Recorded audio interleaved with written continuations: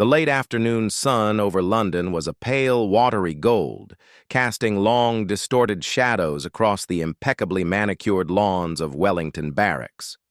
Inside the regimental headquarters, a heavy, anticipatory silence hung in the air, broken only by the rhythmic, measured ticking of a grandfather clock. Colonel James Harrington, a man whose spine seemed fused with a regimental flagpole, stood before a full-length mirror in his office.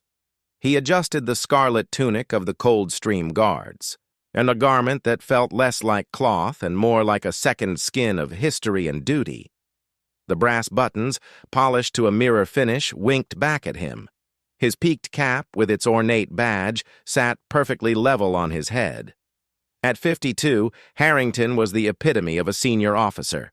Distinguished, unflappable, a man who had dedicated his entire adult life to the service of the Crown. He had seen active service, commanded men in conflict, and navigated the treacherous waters of military politics. But nothing, he often reflected, was quite as uniquely demanding as preparing for a major ceremonial parade. Today was the eve of such an event. The commander of the land forces, a four-star general, was paying an official visit to the regiment the following morning. The culmination of the visit would be a full inspection of the Queen's Guard, the battalion's most public and prestigious duty. For Colonel Harrington, and this was more than a routine inspection, it was a direct reflection of his command, his regiment's discipline, and its unwavering standards. Every buckles, every crease, every polished boot had to be flawless. He had drilled the men personally, overseeing practice after practice on the parade square. The rhythmic thud of 144 pairs of boots, the precise fluid movement of rifles during the present arms, the unwavering stillness of the ranks, it all had to be perfect. It was a clockwork machine of human precision, and he was its chief engineer. His final task before the grand rehearsal was a private one. He had a personal score to settle, a point of pride to reinforce. In the guard room, separate from the main barracks, stood the Royal Guard for that evening. They were a small, select detail, the men who would mount the actual sentry posts at Buckingham Palace and St. James's Palace that night, and standing at their head was Lance Corporal David Miller. And Miller was an anomaly. A man in his late 30s, he was far older than the typical lance corporal, who were usually in their early 20s. He was a member of the permanent staff, a non-commissioned officer with years of experience, now in a supervisory role. But he was also a Queen's Guard veteran in the most literal sense. He had spent more hours on guard duty at the palaces than any 3 other soldiers combined. He knew the beat, with the precise number of paces between the guard room and the sentry box, the exact angle of the sun as it glinted off the palace windows at dawn. He was a fixture, as much a part of the palace landscape as the wrought iron gates themselves. But it was this very familiarity that bothered Colonel Harrington. Miller was legendary for his implacability. Tourists could dance in front of him, shout, wave, or try to make him laugh, and he would remain a statue, his eyes fixed on some distant, at invisible point. He had endured rain, snow, scorching heat, and the relentless flash of a million cameras without so much as a flicker of an eyelid. But Colonel Harrington had heard whispers, stories passed down through the ranks, that Miller's stoicism went beyond professional discipline. It was said to be a form of rebellion. There were tales of visiting dignitaries being given a deliberately indifferent salute, of officers being met with a gaze that was just a fraction of a second too slow, or a silent challenge to their authority. Harrington had never witnessed it himself, but the very idea of it offended his sensibilities. He saw it not as the quiet dignity of a seasoned professional, but as a subtle, insolent chink in the regiment's armor. A soldier's duty was absolute, unquestioning obedience. A salute was the ultimate symbol of that bond between the ranks and their officers. It was a sacred gesture. "Corporal Miller," Harrington said, and his voice crisp and devoid of warmth as he entered the guard room. The men in the room snapped to attention. Miller, who had been quietly checking the ammunition pouches of one of the younger guardsmen, straightened up and turned. His face was weathered, a road map of minor campaigns and harsh winters, but his eyes were a startling, clear blue. They met Harrington's for a moment, a long, level moment, before Miller delivered a perfect regulation salute. Sir. Harrington returned the salute with a curt, almost dismissive flick of his hand. He didn't acknowledge the other men. His focus was solely on Miller. "I wanted a word, Corporal, about the inspection tomorrow." "Sir," Miller repeated, his expression giving nothing away. "I trust the men are prepared, but I want to speak about you, specifically your deportment during the General's visit. He will be observing every detail, every single detail." Harrington emphasized the words, and letting them hang in the air. "I understand, sir. The men are ready. I am ready." "Are you?" Harrington took a step closer. He was a tall man, and he used his height to his advantage. "I've heard things, Miller.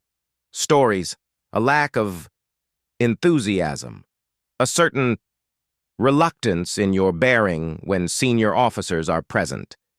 I've chosen to dismiss them as the idle gossip of the barrack room. But tomorrow, there will be no room for interpretation. When I command the Royal Guard to salute the General, I expect to see pride, I expect to see respect, I expect to see the finest salute this regiment has ever produced. Do I make myself clear?" The accusation was direct. It was a public dressing down, designed to assert dominance and humiliate. The younger guardsmen in the room stood rigid, their eyes fixed on the wall, but their ears burned. Miller, however, didn't flinch. He didn't blush.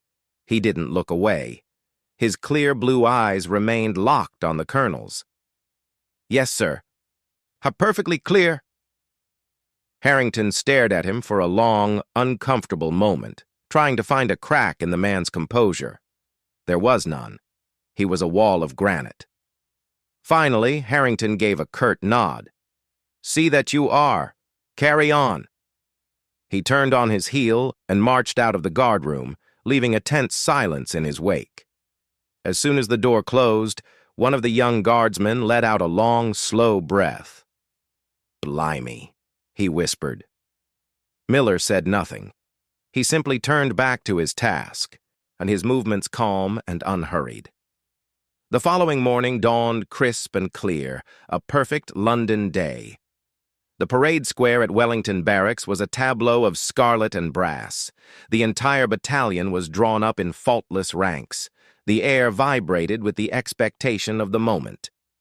Precisely at 11 o'clock, a staff car swept through the gates, and a four-star general, a man whose chest was a constellation of metal ribbons, stepped out. And the regimental sergeant major's voice boomed across the square, a thunderclap of command that set the entire machine in motion. The general, accompanied by Colonel Harrington, began his slow, deliberate walk along the immaculate lines of soldiers. He paused to ask questions about kit, about training, about a man's hometown. He was an experienced officer, and he knew how to put men at ease, even in the most formal of settings.